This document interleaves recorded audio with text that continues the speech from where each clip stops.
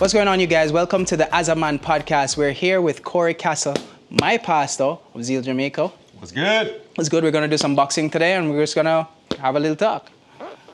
He's going to beat me up. No, I'm not going to beat you up. I have the pads on. All right, job. Good. 10.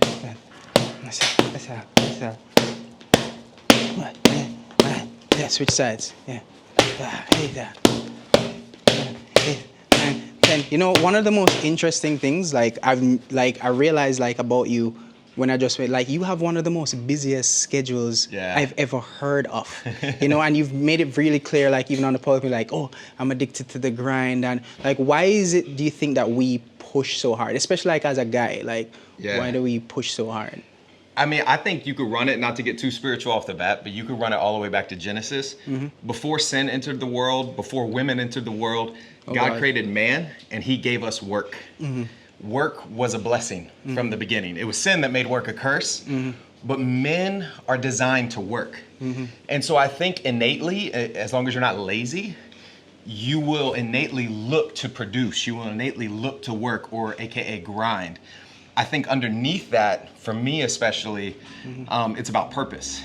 Work without purpose leads to misery, in my opinion. Yeah. But if you can attach purpose to your work, then I think the grind isn't a grind at all. It's actually a joy. It can be a source of joy, no matter how exhausting it is. It could also mean you're addicted to the joy of doing something. And then, it goes back to the phrase if you love what you do, you'll never work a day in your life. Exactly. Right. Yeah. Well, because I think a lot of people here, let me get some workout in. 1, 2. 1, 2. 1, 2. That's it. Last one. Stop. Slip. Okay. Slip. Cross. 1, 2. Slip. Cross. Go. Give me 5. One more. Switch. Yeah. But yeah, I think for me, you could say I'm addicted to the grind or addicted to the work, primarily because I can attach it to a deeper purpose. And so what I'm actually most addicted to is producing kingdom fruit. Okay. And so whether that's here in Kingston or around the world in one of our partner churches, as long as I'm producing fruit, it's worth the exhaustion. And you're no. But but it's you're in Peru. Yeah. You're in America. You're in Ukraine. Yeah. Out there with all of the bombs and stuff. I'm just your schedule though, it's almost, and you now live here in Jamaica, so it's based in Kingston. Yeah. But you're here a week. More so now, we work in Nigeria, Guatemala, Peru, Jamaica, Cambodia, Indonesia, Ukraine, Wales, and then across the United States. Yeah. So once a month, I am on a plane in one of those locations, but it's good to be based here as well. Yeah, switch sides. Ooh. 1, 2. Hop, slip. Yeah, cross. Go again. Hop. But do you experience any burnout though? Ooh. I have. I can't talk and box at the same time. I definitely have. I've told you about, there was a time when I first got into mega church ministry world, I had a Messiah complex, which I think a lot of men can have. We can think everything depends on us. Right. And there's a difference between responsibility and narcissism, or ownership and ego. Yeah. And I think in the beginning of ministry, I thought, man, if I didn't do it, nothing was going to get done. And if I did it, I knew it was going to be good. If I handed it to somebody else, it may not be as good. Pride, Right. And I went. It was insane. And my body actually, I got pneumonia, stress-induced pneumonia. Yeah. And it turned into a pulmonary effusion, which had resulted in 2 lung surgeries. And my doctor told me, you wouldn't take a break, so your body broke. And I think that's a word for every man. Yeah. Because work and the grind is a part of life, especially as a man, a responsible man, a man that takes ownership not just for himself, his spouse or his kids, his family, his neighborhood, his community, his city, his country. I think all men should do that. But we have also got to be as disciplined as we are with our work as we are with our rest. Right. And when you ask me about burnout, I think for me, one of the antidotes to burnout is taking the command to Sabbath seriously. I had a mentor that asked me, he was like, when's the last time you Sabbathed? And I was like, I don't know, man, maybe 3-4 weeks ago. And he said, well, you're living in sin. Wow. And I never equated that, you know, like that is as sinful as lying or gossip or cheating on your spouse. If you're not resting the way God told you to, of course you're going to burn out. Yeah. So you got to be as disciplined in both segments of your life. Yeah. That's crazy. Yeah. Good questions, though, Bruce. Let's do some weights. Yeah. Oh, gosh. All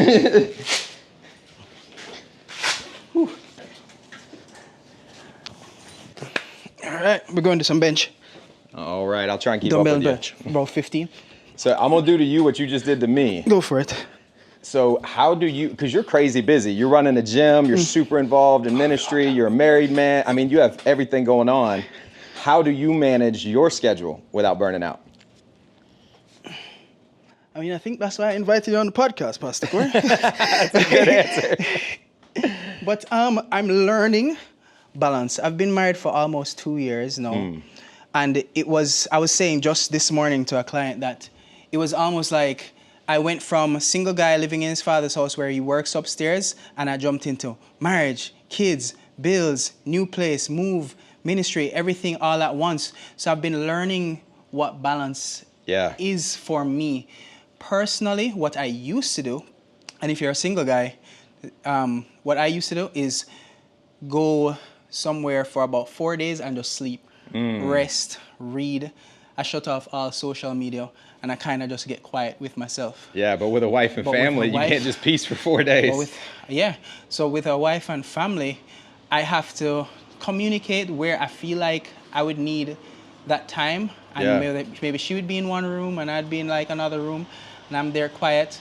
And we do complement each other. So she's very busy. I can get very calm as well. I would say I'm busy with purpose. That's good. Not necessarily to just be busy. For the sake. Any time that I can rest and take a nap or something, I will.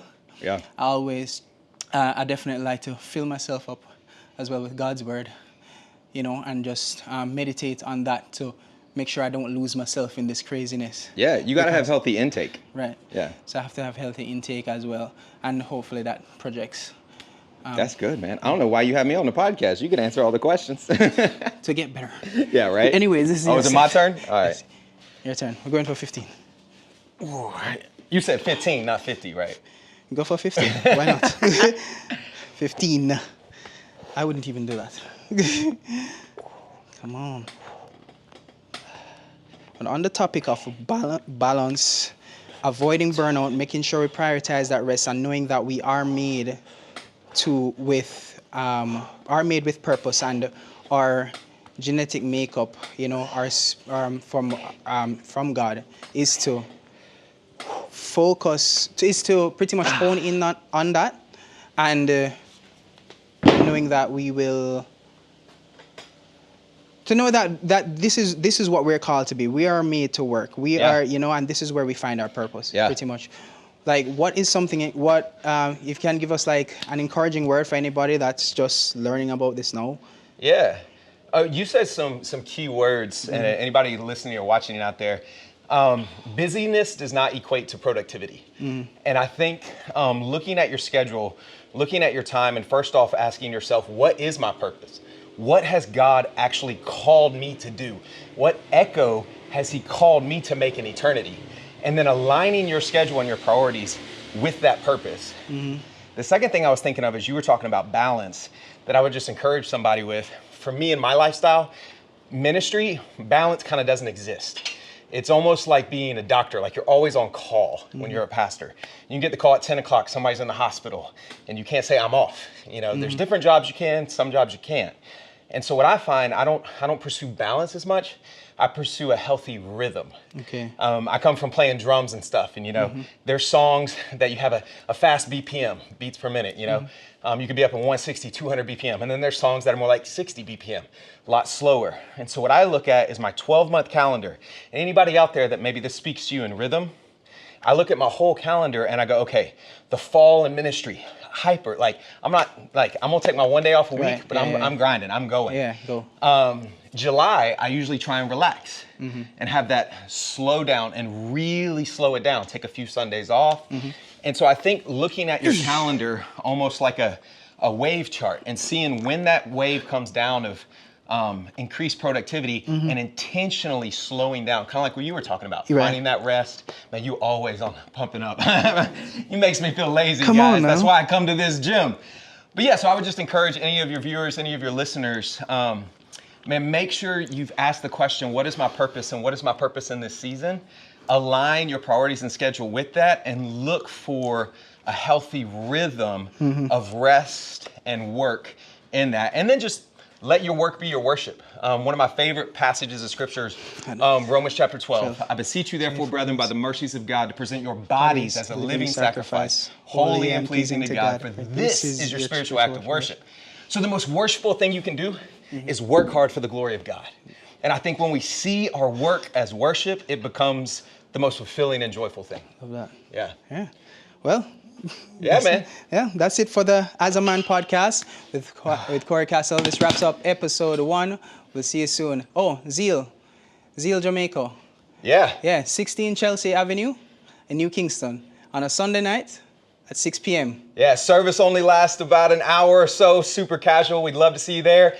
And on top of that, man, I will speak big up this guy. One of my favorite people in Kingston. So kind, so driven. He sacrifices for all his friends and family. If you're looking for a great friend, a great trainer, a great gym, I can't recommend this place more. And thank you so much for having me, Bruce. Thanks, sir. Appreciate you, bro.